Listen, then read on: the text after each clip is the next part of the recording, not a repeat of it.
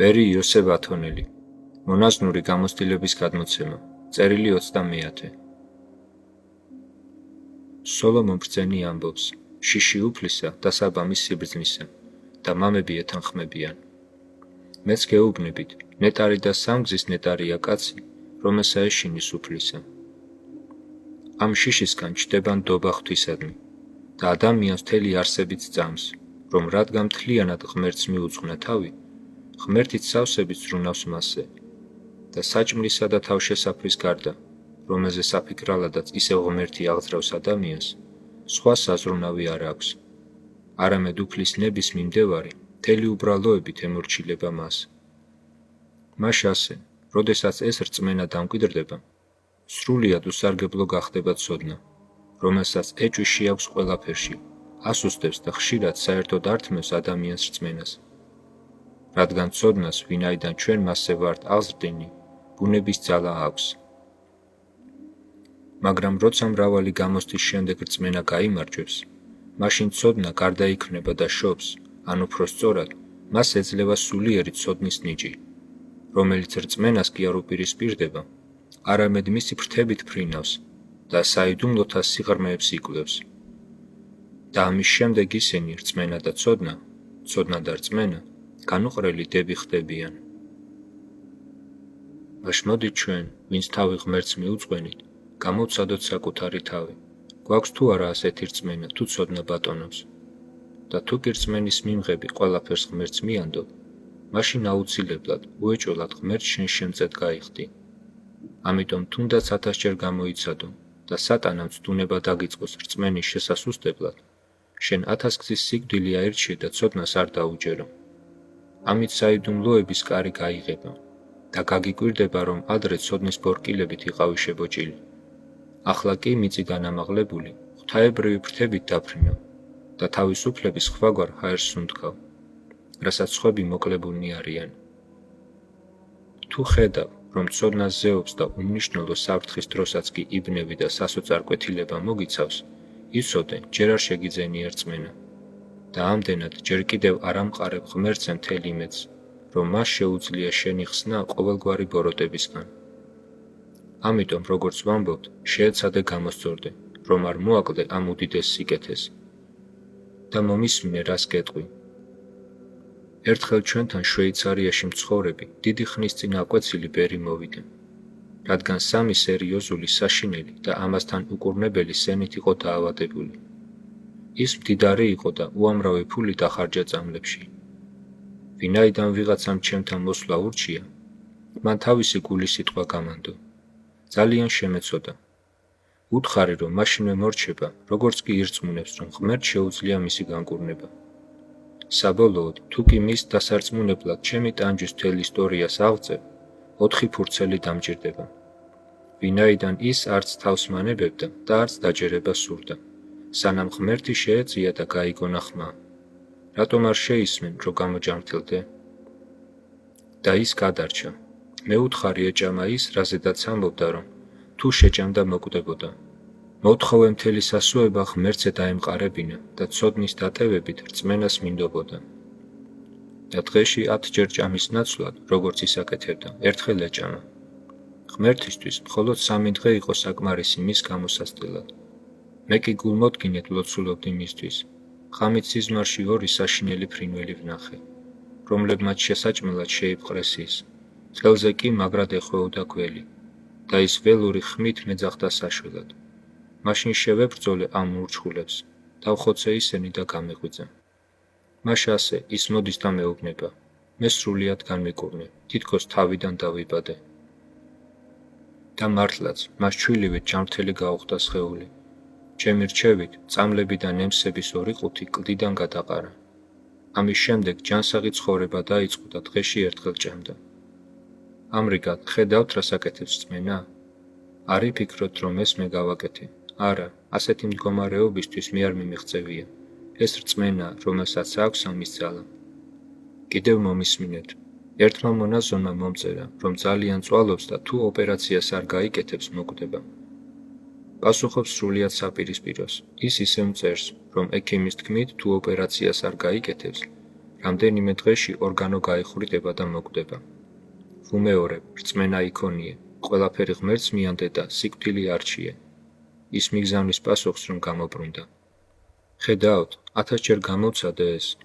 როცა სიკვდილზე ფიქრობ და ყოველ წამს მას მოელი, ის შორს გაგირგვის, ხოლო როდესაც მისი გეშინია სულ თან გდევს. მე 3 ტუბერკულიოზით დაავადებული დავასაფლავე მიმედით, რომ მეც გადამედებოდა. ჩავიცვით ტანსაცმელი, რომელიც მიცვალებულს გავხადე, მაგრამ სიკვდილი მის მოშიშებთან გამექცა. მთელი ცხოვრება ავად ვარ და არასოდეს მიმკურნალია. ჯიუტად ვჭამ აკრძალოს და სად არის სიკვდილი? ამას იმიტომ გწერთ, რომ სრულყოფილება გიყვართ, ვინაიდან ერისკაცები არ ცოდავენ, როცა ცოდნით მოქმედებენ, რადგან სხვა გზას არ ეძებენ. ამ ყველაფრით კი იმის თქმა მინდა, რომ უფლის ნების გარეშე ჩვენ არც ავად ხვდებით და არც გვდებით. ამრიგად შორს ჩვენ გამცირად მორწმუნეობა. და როცა თავიდანვე შევიცნობ, რომ ღმერთია ყოველგვარი სიკეთის შემოქმედი, მამა, გამგებელი და ჩვენი მფარველი, მაშინ უნდა ვირწმუნოთ ის მთელი სულითა და გულით და მხოლოდ მისი იმედი გქონდეს. შემდეგ კი, როცა ჩვენს თავზე გამოვსდით მის წყალობას, შევიყვარებთ მას. და როდესაც ღმერთს როგორც შემოქმედს მთელი გულით შევიყვარებთ, მაშინ მოყვასით საკუთარი თავივით შევიყვარდება, რადგან გვეცოდინება, რომ ჩვენ ყველანი ბუნებით ადამის მიერი, ხოლო მადლით ქრისტეს მიერი ძმები ვართ. ამიტომ სულიერმა ადამიანმა, რა კი ღმერთს მიუძღვნა თავი, უნდა აღიაროს სულის და არა სხეულის ნათესაობა, რადგანაც სხეული, ქმარი და ცოლი მოდგმის გასაგრძელებლად არსებობენ. ჩვენ კი ამაზე უარი ვთქვით და უფრო ვამაღლდით. ასე რომ, რადგან სულიერები ვართ, სულიერადაც უნდა ვხედავდეთ. არ არსებობს მამაკაცის ან დედაკაცის, ახალგაზრდის ან მოხუცის სული, არამედ ყველაზე ქრისტეს მადლის უფევს. ამიტომ გთხოვთ, საშუალება მიეცით თქვენს გონებას, თავისუფლად განჭვრიტოს ჩემს სიტყვებში დაფარული უდიდესი საიდუმლო. რადგან მადლის ქვეშ ვართ, საზღვრებში ნუ მოაქცევთ გონებას, რომ მან წმინდა სიყვარული იგემოს და ერთი ღმერთის, ჩვენი სახიერი მამის ჭვრეტამდე ამაღლდეს. რადგანაც ჩვენ ყველანი ძმები ვართ, ღვთის სუნთქვა, ღვთიური შთაბერვა და ცხოვეს ყოფილი მამა ჩვენ შორისაა, ყველა ჩვენი საქმე, მოძრაობა და აზრი აშკარაა მისი სამსჯავროსთვის და ხილულია მისი მზერისთვის. ვიდრე გაინძრევი ან რაიმე კეთილს თუ ბოროტს გაიფიქრებ, მაშინვე სუნთქვა, სული, როგორც ღვთიური შთაბერვა, ღმერთში ატყობინებს. მოასწარი გააზრება, რას გააკეთებ და შემდეგ გაამოქმედე სულიან სხეული. ახლა წინასწარმეტყველი სიტყვებს ჩაუკვირდი. წინასწარ ვხედევ უფალსა, წინაშე ჩემს სამარადის. მაშ ასე, განა ყოველთვის ღიაა შენი სულის თვალი. თუ გონია, რომ რადგან ვერ ხედავ ღმერთს შენს გვერდით, ვერც ის გხედავს. ან რადგანაც შენი გონება დახშულია, თვლი, რომ შეგიძლია ღვთისგან დაფარულად აკეთო რამე. მაგრამ ის გხედავს, დარდობს და მხედველობაში არ იღებს შენს უძლურებებს. კიცხავს შენს მცირედ მორწმუნეობასა და გონების დაბნელებას. განა არ იცი, რომ ყოველთვის ყოველგვარი საჭიროებისას იესოა მომნიჭებელი? ანუ აძლევს შიერს საჭმელს, წურვალს წყალს, ავატყობს ჯანმრთელობას, შიშველს სამოსებს, მგალობელს ხმას, ლოცვას უწყებას, ყველას ყველაფერს ხსნისთვის. დამიჯერე შვილო, რომ რაც უნდა გჭირდეს, ყველაფერში ქრისტეა სულისა და სხეულის საუკეთესო მკურნალი. საკმარისია გქონდეს სრული თავის უარყოფა, სრულყოფილი სარწმუნოება და უყოყმანოდ ვენდებოდეთ მას. რატომ გადავიწუროთ იმედი, თუ კი ჩვენი ტკბილი იესო ასეთი კეთილი, მოწყალე და სახიერია? მცირეს ვთხოვთ, ის კი ბევრს გვაძლევს. სინათლის ერთ სხივს ვთხოვთ, ის მთლიანად თავის თავს, სრულ სინათლეს, ჭეშმარიტებას, სიყვარულს გვიბოძებს. ასე რომ, დამდაბლი და მთელი შენი სასოება მასე დაამყარე. დამიჯერე, რადგან სიმართლეს გეუბნები, მას შემდეგ რაც მონაზონი ვარ, რამდენჯერაც ავად გამხდარა სრულებით არ მიზრუნია თავზე. არც არავისთვის მიმიცია უფლება ჩემი სხეულის ჯანმრთელობისთვის ეზრონა, არამედ მთელ სასოებას უსასყიდლო მკურნალზე ვამყარებდი. თავიდან ისეთი განსასწრელი მომეცა, რომ მთელი ზურგი დიდი, ლიმონის ზომის ძირმაგარებით დამეფარა. ხესავით გავშეშდი, მოხრა აღარ შემეძლო. ტანჯვა წამებას ისე ვებრძოდი, რომ არც მაისურს და არც სხვა ტანსაცმელს არ ვიცვლიდი. პირიქით, ზურგზე ერთი თოფრა მოვიგდე და მთელი წმინდა მთა მოვიარე, სანამ ყველა ძირმა გარა არ გასკდა და იქიდან გამონადენით ფეხებამდე დავსველდი. როგორც გითხარი, საშინელი მოთმინებით ვიბრძოდი. შიდა თეთრეული არ გამოვიცვალე და ის თითის სისქე გახდა გამონადენი სითხისგან. ჭრილობების ღრმულებში კი თითი ეტეოდა. მაგრამ მე არაფერი დამემართა და დღემდე დიდი სიხარულით ვიღებ ნებისმიერ სნეულებას. იქნებ მან საუკუნო წილი მომიტანოს და უფალი იესოსთან აღმოჩნდე. მაგრამ ჯერ არ დამდგარა დრო, ყოველ შემთხვევაში მალე დადგება.